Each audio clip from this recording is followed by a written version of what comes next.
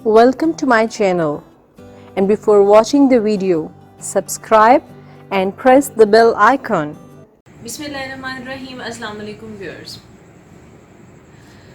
इंसानियत ये एक ऐसा खूबसूरत रिश्ता अल्लाह ताला ने इस दुनिया में तख्लीक किया कि जिस रिश्ते की वजह से तमाम इंसान आपस में एक लड़ी की तरह पिरोए हुए हैं। आप ये देखें कि एक दरख्त है ना, आप उसको छोड़ दें, उसका ख्याल रखना छोड़ दें, उसको पानी देना छोड़ दें, उसका जब आप ख्याल रखना छोड़ेंगे तो वो आहिस्ता आहिस्ता मुरझाना शुरू कर देगा, सूखना शुरू कर देगा और एक दिन आएगा कि वो बिल्कुल सूख जाएगा। जब दरख्त, छोटे छोटे पौधे हमारे ख्याल की वजह से बढ़ते हैं, परवरिश पाते हैं, तो इंसान जो कि पैदावार ही माशरे की है, जो आता तो दुनिया में अकेला है और जाता भी अकेला है, लेकिन जब तक वो ज़िंदा है वो आपस में जो बनाए गए अल्लाह ताला की तरफ से रिश्ते हैं वो उन रिश्तों की वजह से ज़िंदा है, और उन रिश्तों को हम ज़िंदा रखते हैं एहसास की वजह से।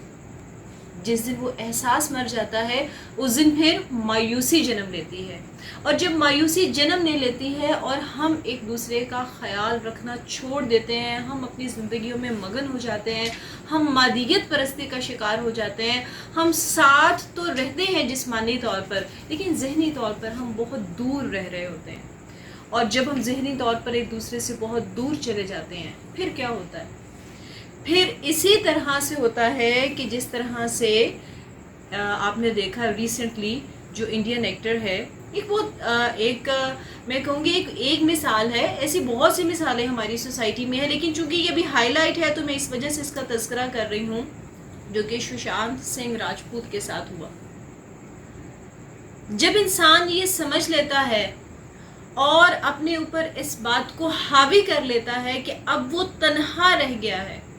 उसका एहसास करने वाला कोई नहीं है, उसके अंदर झांकने वाला कोई नहीं है, उसकी अनकही बातों को समझने वाला कोई नहीं है।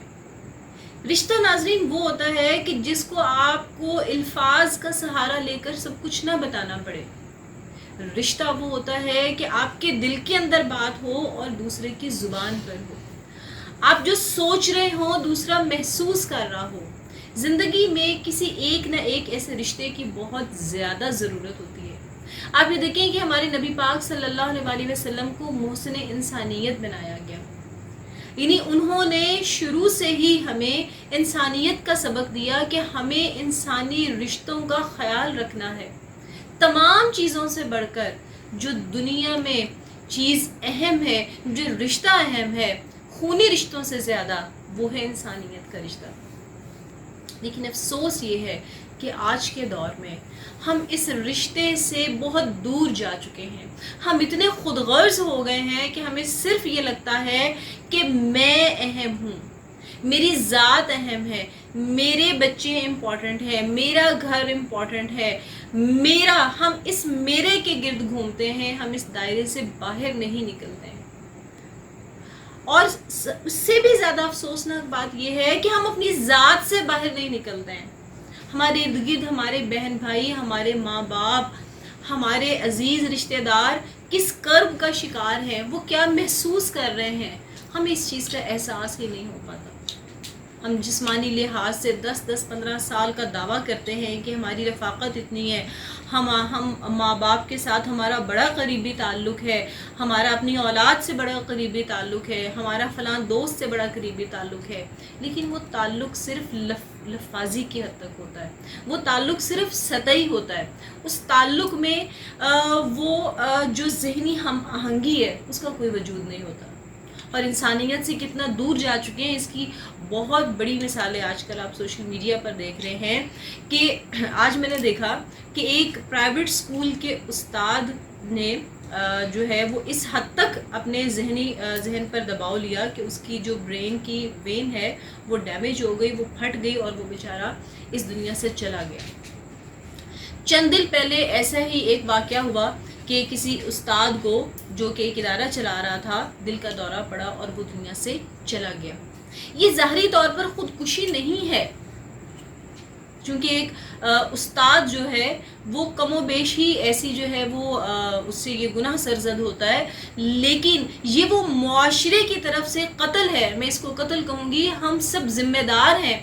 ان کی اس موت کے، ان کے اس دنیا سے چلے جانے کے، چونکہ ہماری بے حسی اور ہمارے جو لاپرواہی ہے اس کا نتیجہ یہ ہے کہ یہ لوگ ذہنی دباؤ کا شکار ہو کر اس دنیا سے جا رہے ہیں۔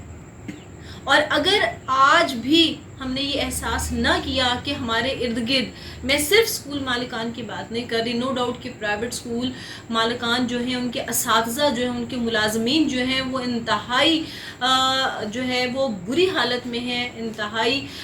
بمشکل زندگی بسر کر رہے ہیں، اپنے بال بچوں کا پیٹ پال رہے ہیں، اپنی فیملیز کو مینیج کر رہے ہیں، نو ڈاؤٹ، لیکن اس کے ساتھ ساتھ اور بھی بہت سارے ایسے پروفیشنز ہیں کہ جو انتہائی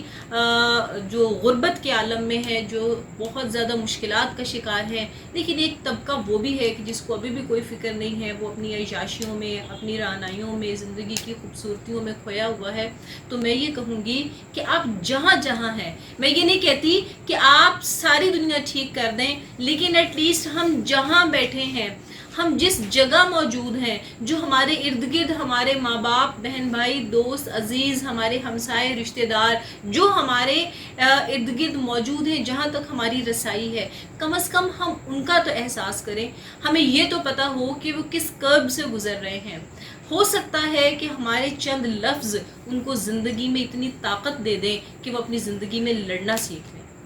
تو کوشش کریں کہ اپنے پیار کرنے والوں سے، جو آپ کے ارد گرد دوست، احباب، رشتہ دار ہیں، ان کو احساس دلائیں کہ آپ ان سے پیار کرتے ہیں، آپ ان کے ساتھ کھڑے ہیں۔ ضروری نہیں ہوتا کہ آپ فائنینشلی کسی کو اسسٹ کر رہے ہیں، جب آپ مورلی کسی کی سپورٹ بنتے ہیں تو کوئی بہت کچھ کر سکتا ہے، اپنی زندگی کی مشکلات کو برداشت کر سکتا ہے۔ تو کوشش کیجئے گا کہ کسی کو بھی اپنی زندگی سے مایوس نہ ہونے دیں، چونکہ مایوسی کفر ہے، اور ہمارا عقیدہ ہے کہ اللہ تعالیٰ ہمیشہ ہمارا ساتھ دیتا ہے، ہمیں ہمت سے کام لینا ہے، اور سب سے زیادہ اپنے دوسروں کا خیال رکھنا ہے۔ جب ہم دوسروں کے لیے امید کی کرن بنیں گے تو یقین کریں کہ اللہ تعالیٰ ہمارے لیے روشنیوں کے دریچے کھولتا چلا جائے گا۔ Thank you very much.